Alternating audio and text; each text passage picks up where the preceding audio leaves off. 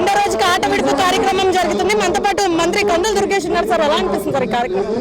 చాలా ఆనందంగా, రెగ్యులర్గా ఉండేటువంటి ఒత్తిడిని పక్కన పెట్టి అందరూ ఆహ్లాదకరంగా, శారీరక దారుఢ్యం కూడా ఉండే విధంగా చక్కగా ఆటలు జరుగుతూ ఉన్నాయి. అందరం పాల్గొంటున్నాం. ఉత్సాహంగా, ఉల్లాసంగా అందరూ పాల్గొంటున్నారు. మళ్ళీ మేము ఈ ఉత్సాహం మాకు సమాజ సేవకి పునరంకితం కావడానికి ఎంతగానో ఉపయోగపడుతుందని మనస్ఫూర్తిగా నమ్ముతున్నాం. సార్, నిన్న ఎమ్మెల్యేలు ఎమ్మెల్సీలు ఆడడం జరిగింది. ఈ రోజు మంత్రులు కూడా వచ్చారు. అంటే ప్రజలకు కూడా క్రీడల మీద ఒక మంచి మెసేజ్ ఇచ్చే కార్యక్రమం. కేవలం క్రీడలు మాత్రమే కాకుండా సాంస్కృతిక కార్యక్రమాలు కూడా చేయబోతున్నాం. మంత్రులు, ఎమ్మెల్యేలు అందరూ కూడా ఇందులో పార్టిసిపేట్ చేస్తారు. అందరం కలిసి ఒక కుటుంబం కనుక అందరం చక్కగా ఈ కార్యక్రమంలో పాల్పంచుకుంటున్నాం. శాసనసభలో ప్రతిపక్షంతో ఆడుకోవాల్సిన వాళ్ళు ఇక్కడ ప్రతిపక్షమే లేకుండా ఉన్నారు. అసలు ఏంటి సార్ ఇది? ఇక్కడ క్రీడలు అనేది అందరికీ కలిపి పెట్టాం. వాళ్ళు శాసనసభకు ఎలా రావడం మానేశారు, ఇక్కడికి రావడం మానేశారు.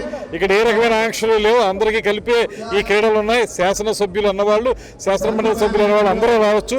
వాళ్ళు రాకపోవడం అనేది ఇక వారి ఇష్టం. స్పీకర్ అందరి ముందే క్రీడలు ఒక ప్రాధాన్యత చెప్పారు. అందరూ ఆహ్వానితులు అని చెప్పారు. అన్న రూల్స్ పెట్టారు. వాళ్ళు రాకూడదని, లేకపోతే ఏంటి? అటువంటిది ఏం లేదు. వారు రావటం వారి ఇష్టం.